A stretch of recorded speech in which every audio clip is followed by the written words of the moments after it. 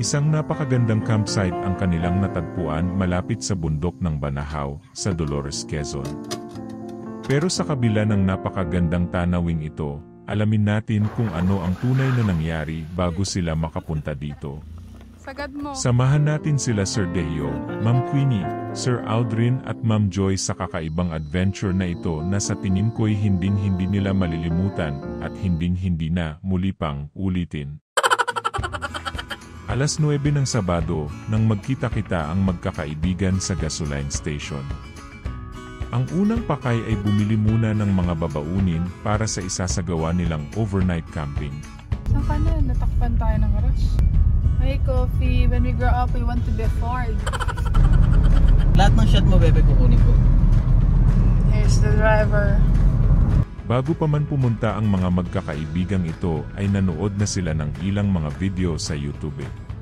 May mga nababanggit na pangit daw ang daan dito, pero dahil 4x4 mag-isip ang mga driver, kahit 4x2 lang ang kanilang mga sasakyan ay, ito na ang kanilang napagdesisyunang puntahan, kahit ito ang pinakaunang camping XP.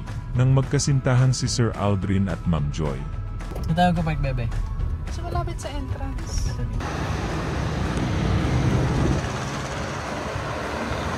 Dude!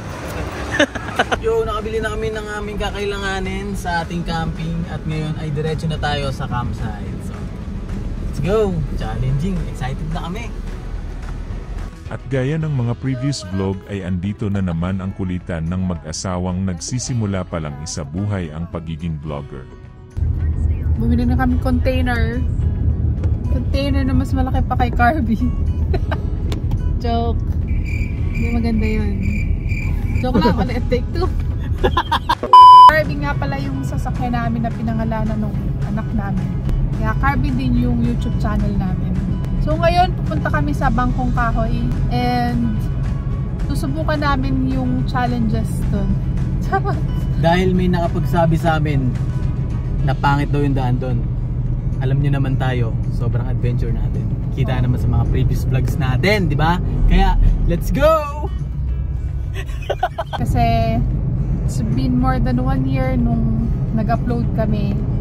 And yun nga, sobrang busy sa trabaho at medyo hindi namin nasundan yung mga vlogs namin. Yung last namin na vlog is yung pumunta kami Marilaki. So ngayon, naka 1K subscribers na tayo. Thankful kami sa mga nagsusubscribe na nagtatanong kung okay ba kami. I mean, yung channel kasi naging dormant siya for more than 1 year.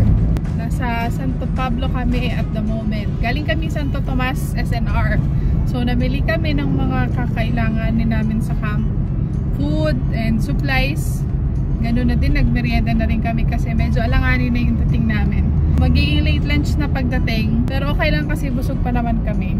Ina-shoutout ko nga pala si Boss Joe. Ikaw ang dahilan kung bakit pupunta kami sa campsite na to. Kaya maraming salamat sa mga infong binigay mo. At sumahid kasi yung Mirage niya eh. Sumahid yung likuran ng Mirage niya. Ngayon titignan natin kay Copy kung may sasahid ba o wala. Sabi ni Sergio, sobrang pangit daw nung daan. Tapos pinipili niya talaga kung saan siya dadaan. Ano lang kasi yun eh, one way lang, no?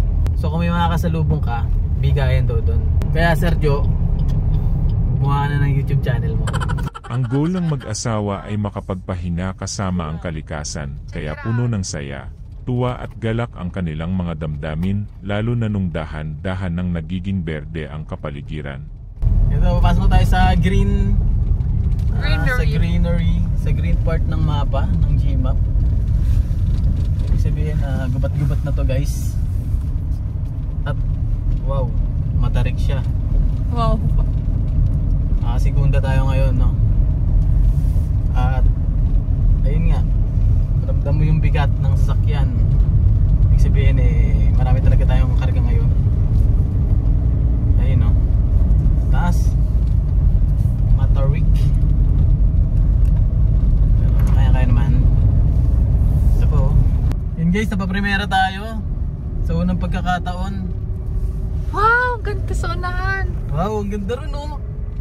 Zoom mga bebe, ganda. Hindi nakikita sa video pero ang ganda mga sa personal. Kaya dapat pumunta kayo dito.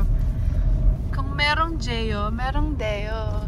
Deo ang Di lingid sa kaalaman nila na habang gumaganda ang kapaligiran ay meron palang isang napakatinding challenge silang haharapin. Uy, Kopi! Hindi na siya nag-beep. Wait. One way lang.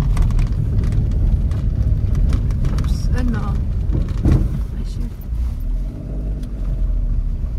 Rating, ano? 7 out of 10. Uy, oh no. Sa Aldrin. Sabi, bababa ako. Vigo yan, oh.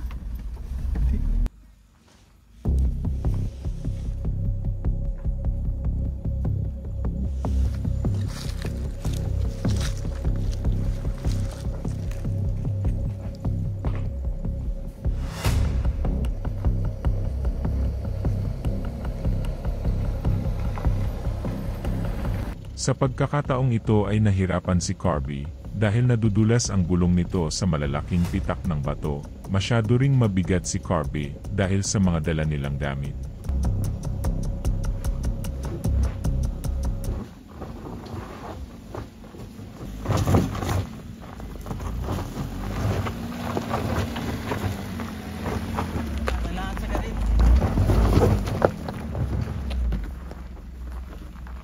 Hindi siya pangat yung daan. Pangat na pangat. Ito, Vigo. At dito masusubukan ang pagsasamahan at pagkakaibigan walang iwanan. Madali ito? Hindi. Oo.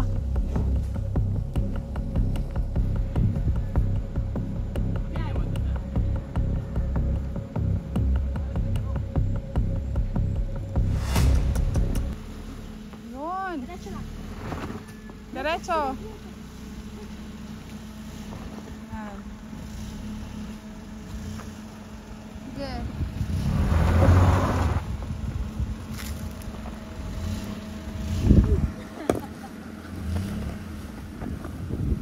Sige. Sige. Sagad mo. Yan. Sige. Sige. Gitna lang, gitna. Ha?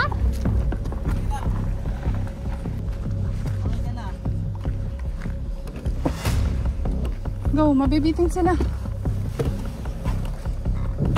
Oh.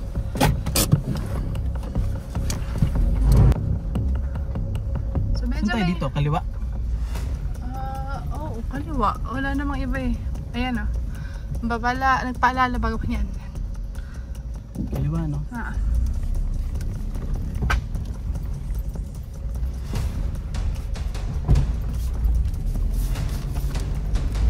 Bebe!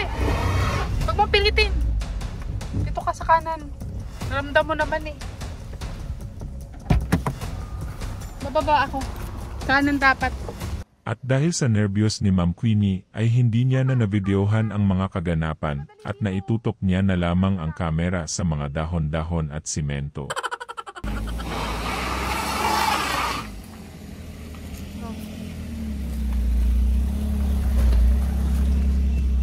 Sa wakas natapos na ang unang yugto ng pagsubok.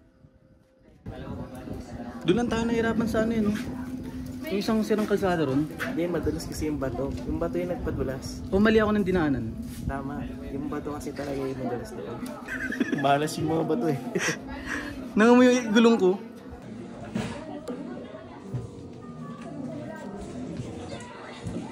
Sir, kaya po kaya ng makakit doon? Kaya makakita kayo doon sa isang mahirap doon, same lang din yun. Mas mahirap yun dito. Mas mahirap yun doon, no? Sobrang sira po nung kalsada. Ano yan? Yung Kia doon ano eh. Nangamoy nga po yung gulong ko eh. Ako yan, may nagkakamping doon nakawigo. Opo, ngayon po. Mas pumangit po siguro yung daan dahil sa pag-ulan po, no? Ganong ulan. May isang linggo. Ikaayos pa naman ako. Naawa ako sa sakyan ko eh. Hindi, adventure yan. Ito na yung next 500 meters para makarating na dun sa talagang campsite, camping ground. Sabi, rough road pa din pero mas okay naman kesa dun sa dinaanan kanina. Tingnan natin kung totoo yung sinasabi ni Kuya na mas, kahit pa paano mas okay na yung kalsada rito compare sa kanina. Okay naman. Kasi kanina, ang lalalim eh. So bumaba ako para mapawasan ka ng 80 kilos. Sige ba?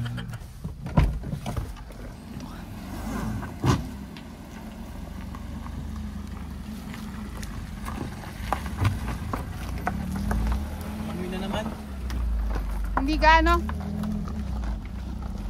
Kumakayod kasi.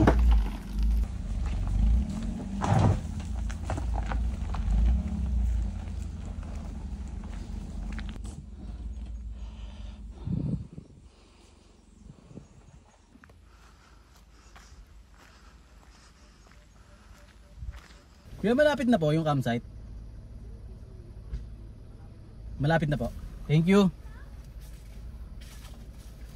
Ganda ng Sobrang pangit po pa ng daan dito, no? Ngayon lang din po ako nakapunta dito. Hindi ako babalik dito. Hindi kaya, thank you. Guys, nandito pa rin kami sa yung rough road. Pero malapit na tayo sa campsite. So, hindi ko na alam kung ang gagawin ko. Hindi na tayo nakapag-vlog kasi nakafocus ako sa daan eh. Pasensya na, pero hindi ko to nire-recommend sa inyo. Misis ko pagod na. Nag-lose na ka ng 1 kilo. Lang best din nangamoy ito na yung pala. gulong. Ayan o, nangangamoy yung gulong.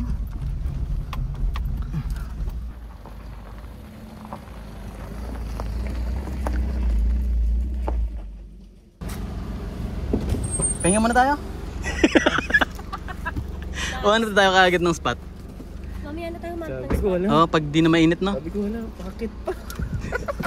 Akala ko ba, ano Sabi na, ko, very light na. Itutuloy pa ba natin to? So guys, ito yung itsura ng lugar. Doon kaya sa kabila. Hindi tayo makapag-vlog, ang daming tao. Doon na sa kanto. Tingnan natin. At ito na nga po, ang normal nangyayari sa mga mag-asawa minsan, lalo na kapag naghahanap ng spot, may konting pagtatalo.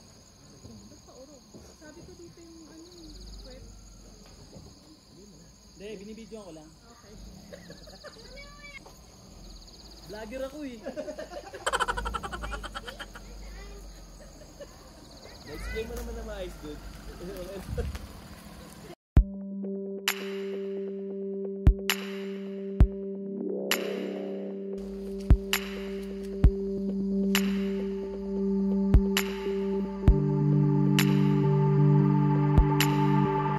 Grabe yung pawis ko. Lapit pawis ng si Dea. Magpa-flap na yung chan niya. Nakakapahit pala dito sa bangkong kahoy. At napakaganda ng view dito, guys. Yun nga lang, medyo challenging talaga yung daanan dito. So ngayon, baba ko na muna to, no? Bababa muna natin to. Ang ating table.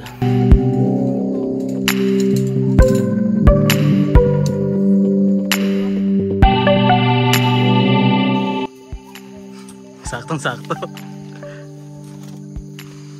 Ako mag-iiwan. Nang? Dark hat. Sunog.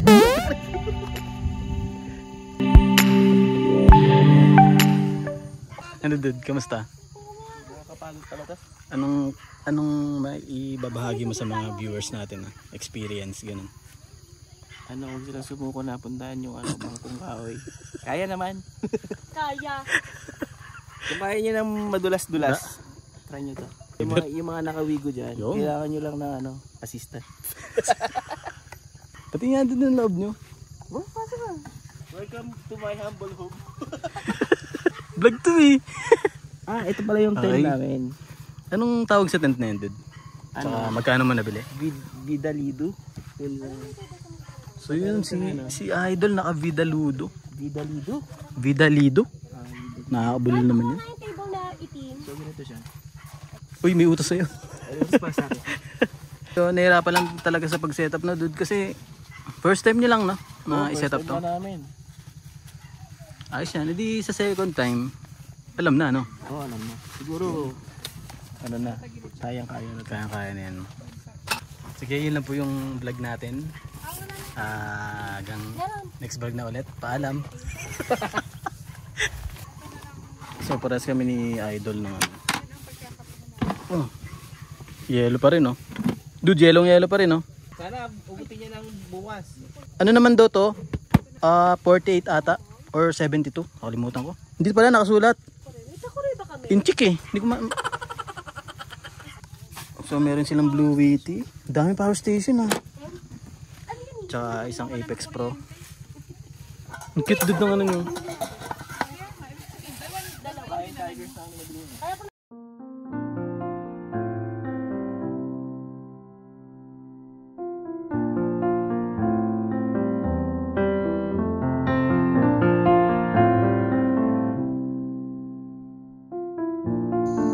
Salamat nature.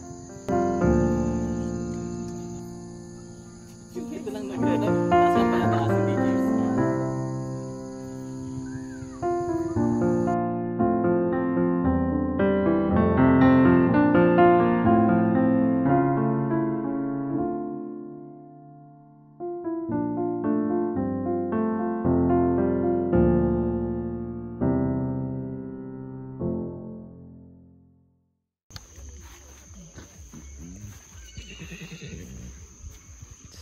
Jurassic check natin yung lugar, no?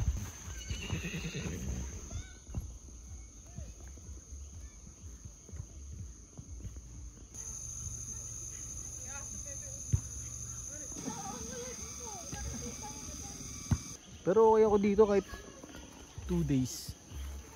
Pero sagad na yung 2 days. Kasi naalala kong kwento ni Sergio eh. Bakit? Nagkagulatan sila nung ahas eh. Napadaan si Sergio. Yung ahas napadaan din. Saan? Nagkatinginan Saan sila. banda? Banda raw dito. Sa pa-CR siya ata nun eh. So yun, nagkagulatan sila. Para silang tumakbo. At sa muli, isa na namang hindi makakalimutang experience ang maisusulat sa libro ng kanilang pagkakaibigan. Kung nagustuhan mo ang kwento nila, huwag mo nang kalimutang i-hit ang subscribe button. Maraming salamat sa panonood.